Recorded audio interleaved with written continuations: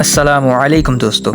तो कैसे हैं आप लोग दोस्तों। इसरो के साइंसदानों ने दबाया चंद्रयान 3 का आखिरी बटन और वो चांद की सतह पर लैंड करने जा रहा है। 17 अगस्त को जब सारे लोग सो रहे थे तो इसरो के साइंसदान चंद्रयान 3 पर नजरें लगाए बैठे थे कि कहीं ये भी लूना 25 की तरह क्रैश ना हो जाए, क्योंकि कहा जा रहा है कि लूना 25 किसी चीज़ से टकराने के साथ क्रैश हुआ है। तो इसीलिए इसरो ने चंद्रयान 3 की स्पीड को कम कर दी है। लूना 25 के बारे में कहा जाता है कि वो अपने ऑर्बिट से बाहर चला गया था और इसका इंजन काम नहीं कर रहा था और फिर ये चांद के सरफेस से टकरा गया।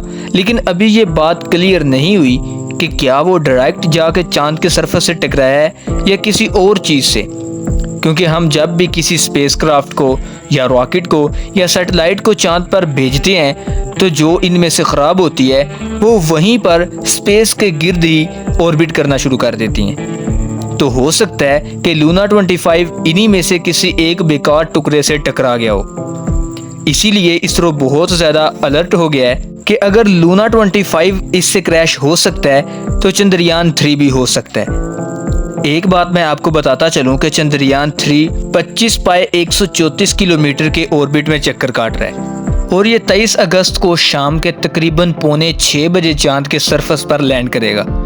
100 किलोमीटर की हाइट से लेके 25 किलोमीटर की हाइट तक स्पेस की बहुत ज़्यादा चीज़ें मौजूद होती हैं। इसी हिस्से में चंद्रयान 2 का ऑर्बिटर, जिसका लैंडर 2019 में क्रैश हो गया था, नासा ने 4 मिशन भेजे थे, वो भी इसी एरिया में मौजूद है। और भी काफ़ी पुराने मिशन, उनका मलबा भी इसी एरिया के अंदर मौजूद है, जिसकी वजह से चंद्रयान 3 भी किसी चीज़ से टकराकर क्रैश हो सकता है। इसी बात को ध्यान में रखते हुए इसरो चंद्रयान 3 का ऑर्बिट कर रहा है और इसकी लैंडिंग टाइम को बढ़ा दिया गया है। जो लैंडिंग तकरीबन 5:45 पर होनी थी वो अब 6:04 या 5 पर होगी।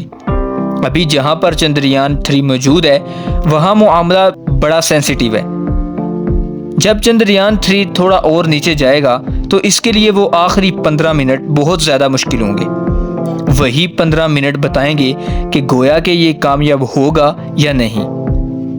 इसरो ने 4 सालों के अंदर इन्हीं 15 मिनट्स की तैयारी की है।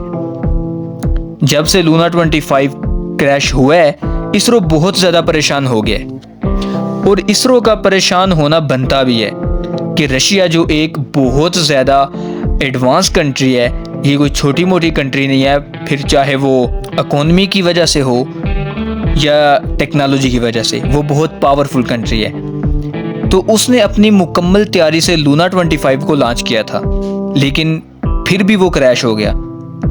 इन्हीं सारी बातों को मद्देनज़र रखते हुए इसरो वहाँ ट्रैफिक को भी देख रहा है कि वहाँ पर क्या चीज़ है, कैसे लैंड करवाना चाहिए, किस जगह पे करवाना चाहिए या नहीं करवाना चाहिए, और चंद्रयान 3 को नीचे लाने की कोशिश में है। दोस्तों, चंद्रयान 3 के लिए जिस तरह प्लान किया गया था कि वो किस तरह से काम करेगा या नहीं करेगा, अभी वो बिल्कुल वैसे ही चल रहा है। एक भी पॉइंट इस स्पेसक्राफ्ट ने मिस नहीं किया। उसने पहले ज़मीन के 5 ऑर्बिट मुकम्मल किए, फिर चांद की ऑर्बिट में पहुंचा और वहां भी 5 ऑर्बिट्स को मुकम्मल किया। इसके बाद 100 किलोमीटर की हाइट तक ब्लास्ट किया गया, जो बिल्कुल सही तरीके से हुआ।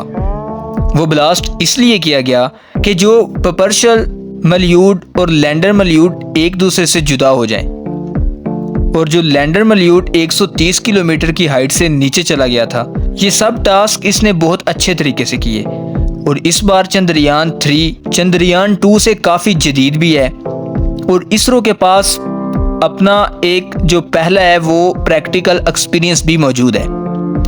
तो इसीलिए काफ़ी हद तक उम्मीद है कि इस बार चंद्रयान 3 जो है वो चांद के सरफेस पर अच्छे तरीके से लैंड कर जाएगा। तो इस बारे में दोस्तों आपका क्या ख्याल है? अपनी कीमती राय का इजहार कमेंट सेक्शन में ज़रूर कीजिएगा। तो आई होप कि आपको ये वीडियो ज़रूर पसंद आई होगी, और अगर आप इसी तरह की इंटरेस्टिंग वीडियो देखना और सुनना पसंद करते हैं तो चैनल को सब्सक्राइब करें। Thanks for watching this video. अब हम मिलते हैं इसी तरह की न्यू इंटरेस्टिंग वीडियो में। तब तक के लिए अपना बहुत सा ख्याल रखिएगा। अल्लाह हाफिज़।